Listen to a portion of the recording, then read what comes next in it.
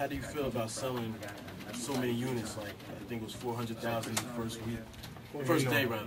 First day. that's pretty. That's supposed to be a rumor, man. But we won't know until next week when we get SoundScan what I really sold, and hopefully I live up to the expectations of that 400,000 in one day. I think that's big. I don't know who's ever sold 400,000 records in one day, but it's got to be amazing. So hopefully I'm the first one. But ultimately, man, as long as I do the units that I'm supposed to do, and the units were comfortable with selling me and Aftermath and G units, 50 Dre, I'm good. You know what I'm saying? I didn't start off trying to sell, trying to beat nobody's records the first week. I just want to put out good music. You know what I'm saying? Please my fans, and longevity is the key. What about the acclaim? People are comparing you to the albums that you studied coming in. Well,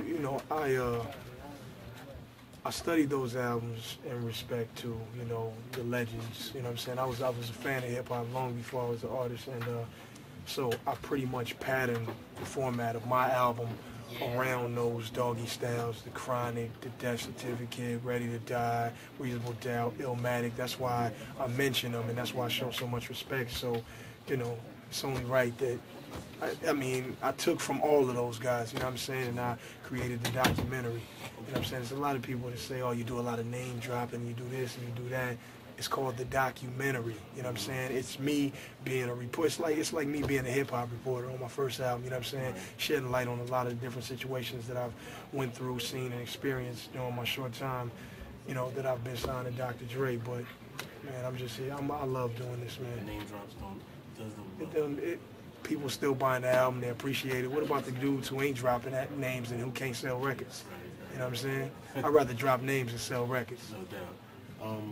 10th anniversary of Eazy-E. You got any special thoughts about that? 10th anniversary. And you coming out, it's kind of ironic.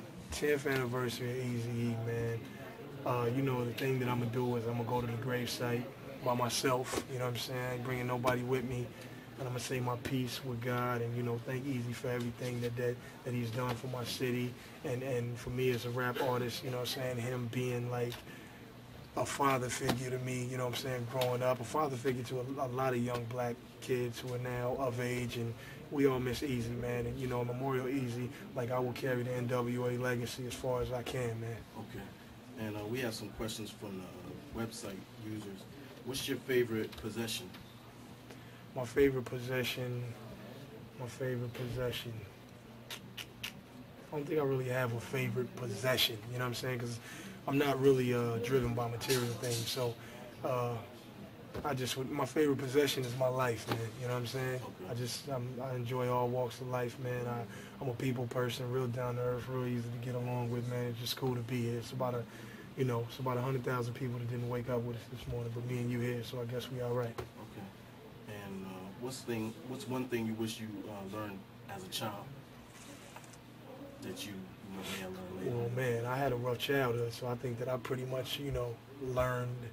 I wish I could have learned more family values, you know what I'm saying? But coming from a broken home, growing up in a boys' home, all that, you know what I'm saying, kind of just deteriorated my, you know what I'm saying, like my experience or me being a part of a real family, you know what I'm saying? I ain't never in my life sat down at a kitchen table with all my sisters, brothers, and my moms and pops. It's just not a reality. And now that it's 2005, it's like, a baby mama, baby daddy, that's like, people think that's the thing to do. But I don't, I just had a son, and I don't want my son to grow up like that, so I'm going to try to, provide the best family environment that I can for my children. What's one thing you can't do without? One thing that I can't do without is my kid, man. You know what I'm saying? If it wasn't for him, there would be none of this. My son inspired my whole album, you know what I'm saying? So I put him on the front of the limited edition copy, put him on the back of the regular one, and it's my kid, man. You know what I'm saying? Kids are real inspiring, especially when they're your own. You know what I'm saying? You get to see your child grow up, and you want to do everything right, and you want to be so careful and make sure they, you instill within inside them the right values. So my son definitely is my drive. And we're doing a special thing on Black History Month about black movies. Yeah. Do you have a special black movie that affected you in a particular way? Man, Rosewood. Why Besides You know what I'm that? saying? I don't know. Rosewood was so crazy, man, that, you know, after I saw Rosewood, I kind of wanted to just, like, get out there and just revel, like, just Yeah. be on my Black Power movement. You know what I'm saying? No offense to anybody, but hey, man, we've been through a lot.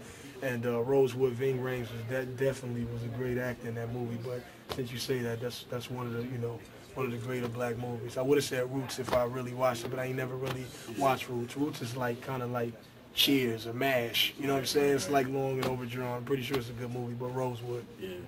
What about Black history heroes like you mentioned, Huey Newton Yeah. on the album, and I think Malcolm too? Any of those guys, or why do you mention them on your album? You know, being that I never set out to be a role model, but being that I'm in the position that I am, I'm kind of obligated. You know what I'm saying? For the children of America, whether black, white, no matter what color, just to play a positive role. You know what I'm saying? So, you know, within those lines, I felt like I had to, you know, give Martin Luther King his shout for the things that he did for black people, Malcolm X, Huey P. Newton, and everybody else. You know what I'm saying? The list goes on. But, you know, I'm black, man. No doubt. All right. I just have